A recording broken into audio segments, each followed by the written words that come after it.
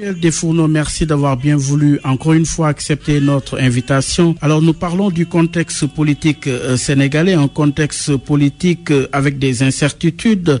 Justement, le processus électoral est en panne, des discussions sont annoncées, surtout dans le cadre des ressources pétrolières et gazières. Deuxième acte, c'est l'an 10 des assises nationales.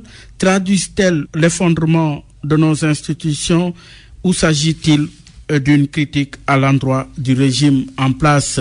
Le contexte politique, parlons-en avec l'apparition de signaux surtout constatés dans le discours politique, les propos d'Idrissa Seck sur l'islam et du président Macky Sall sur la colonisation. Cela a suscité de vives polémiques de part et d'autre. Quelle réaction de votre part? Alors, c'est parce que ça sera vraisemblablement les deux principaux acteurs de la prochaine élection présidentielle, donc de février 2019. Donc c'est sûr qu'il faut les prendre avec beaucoup d'intérêt. Pour ce qui concerne Idrissa Seck, il est manifeste que il a soulevé une polémique qui, pour ma part, était inutile dans le débat politique de la prochaine élection présidentielle.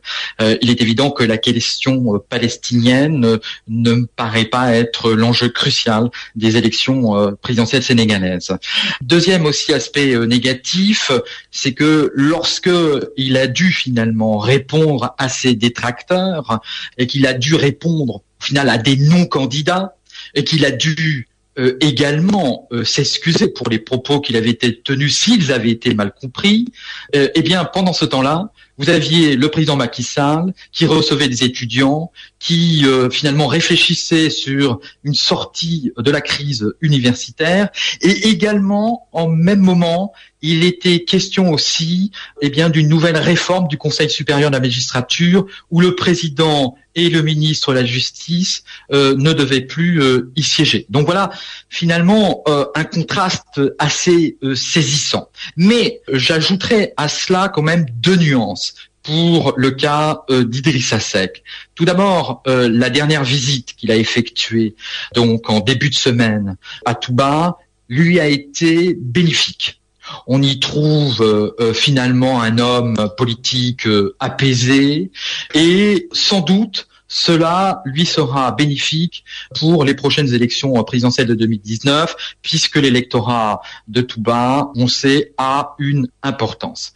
Ensuite, le deuxième aspect, sans doute que personne n'a soulevé, mais qui à mes yeux est important, c'est que Idrissa Seck s'est comporté aussi comme un homme africain sage, c'est-à-dire qu'il n'a fait que rappeler au final que malgré les différences importantes entre les Israéliens et puis le monde arabe, il n'en demeurait pas moins que tout le monde était issu finalement d'une même culture humaine. Donc le fait aussi que l'Afrique puisse apporter un regard de sagesse par rapport à des conflits ancestraux, eh bien, c'est un rôle, effectivement, d'un futur président. Pour le cas, par contre, du président Macky Sall, la situation me paraît plus complexe. Pour son observation ou sa boutade à l'égard de la colonisation. Elle me paraît finalement plus complexe parce que c'est une question qui est extrêmement sensible actuellement sur la scène africaine, parce qu'elle interroge plus généralement la question de la place de la France en Afrique. Et cela ne fait que renforcer l'idée que finalement Macky Sall serait très proche des Français. Rappelons que lorsque le vote sur la loi du parrainage a eu lieu, il a rendu visite à son homologue français Emmanuel Macron. Voilà.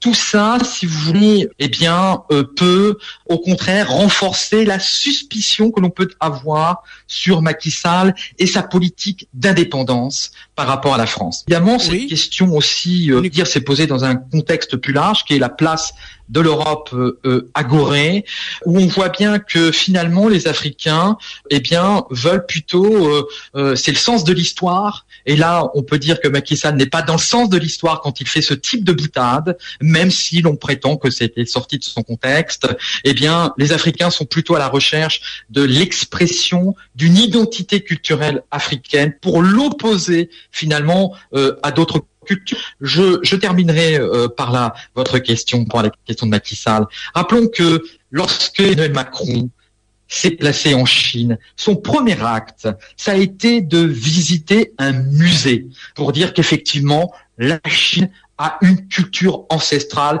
et que la France la reconnaît. Lorsqu'il se déplace au Mali, Emmanuel Macron, il se rend directement sur les bases militaires de la France. Il ne passe pas par les pays de Dogon, etc.